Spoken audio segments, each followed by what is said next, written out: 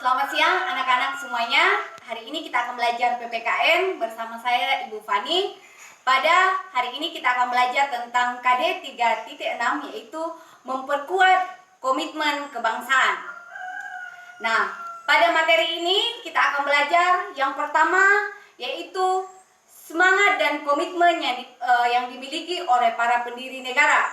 Yang kedua, bentuk-bentuk semangat dan komitmen yang dimiliki oleh para pendiri negara.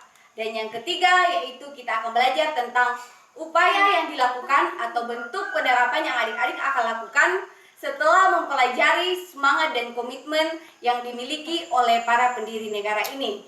Nah, yang pertama kita akan belajar tentang semangat dan komitmen yang dimiliki oleh para pendiri negara.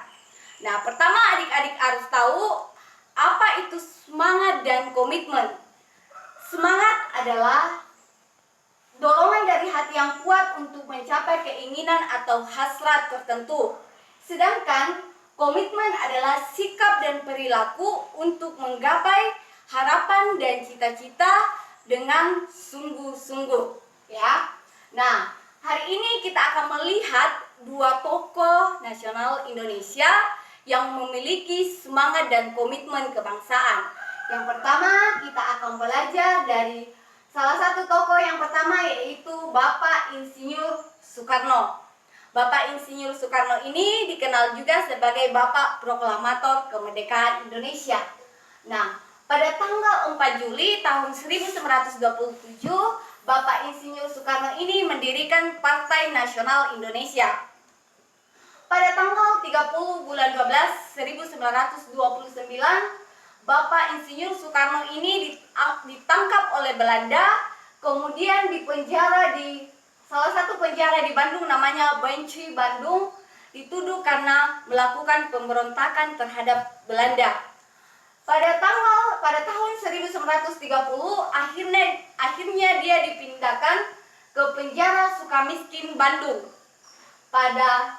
Kemudian ketika dia keluar dari penjara, dia bergabung di salah satu partai namanya Partai Partindo, dan dia di situ terpilih menjadi ketua dari Partai Partindo. Kemudian ia kembali ditangkap dan diasingkan di Flores. Kemudian 4 tahun kemudian dia dibuang ke Bengkulu. Nah, pada tahun 1442 ia kembali dibebaskan.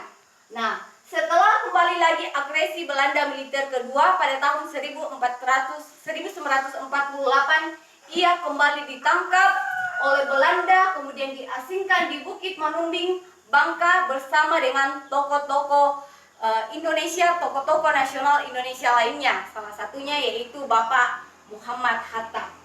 Nah, itu adalah semangat dan komitmen yang dimiliki oleh Bapak Insinyur Soekarno ini, terutama dalam meraih dan memperjuangkan kemerdekaan Indonesia yang saat ini pun kita bisa rasakan, ya.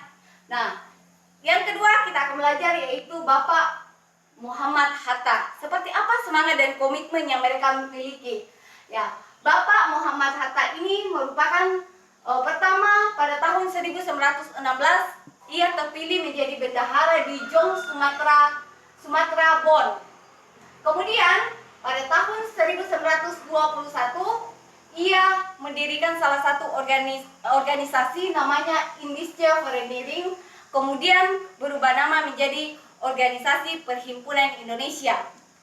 Kemudian pada tahun 1027 ia bergabung dalam salah satu liga menentang imperialisme dan kolonialisme yang aktivis politiknya menyebabkan ia ditangkap oleh Belanda. Kemudian dia diasingkan di Digul, Papua. Kemudian pada tahun 1935 ia kembali dipindahkan ke Banda Neira. Kemudian 1942 ia kembali dibawa ke Sukabumi. Kemudian 1 bulan sebelum Belanda menyerah kepada Jepang, ia kembali dibawa ke Jakarta. Kemudian pada tanggal 19 Desember tahun 1948 bersama dengan Soekarno, ia kembali diasingkan dan ditangkap dan dibawa ke Bangka.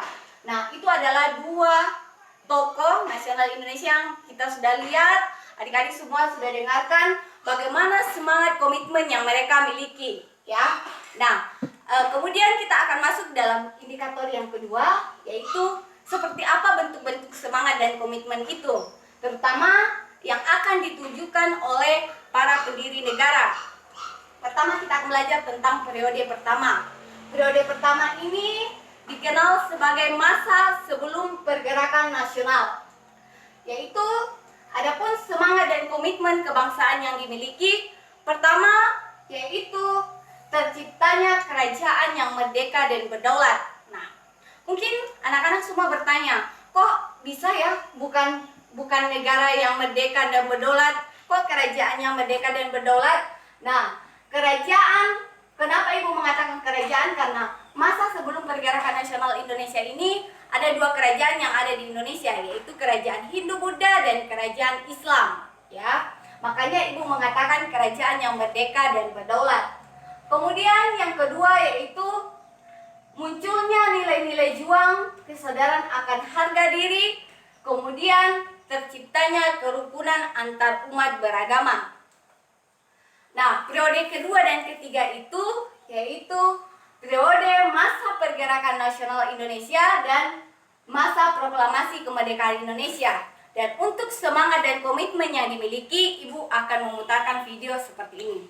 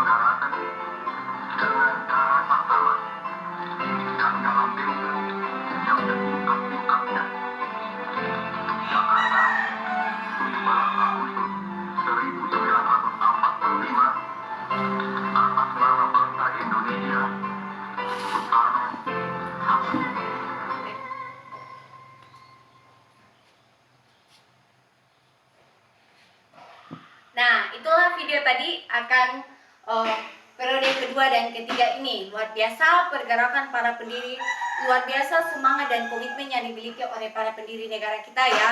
Nah, periode keempat ini yaitu periode masa perjuangan mengisi kemerdekaan. Nah, sekarang ini adalah tugas kita semua.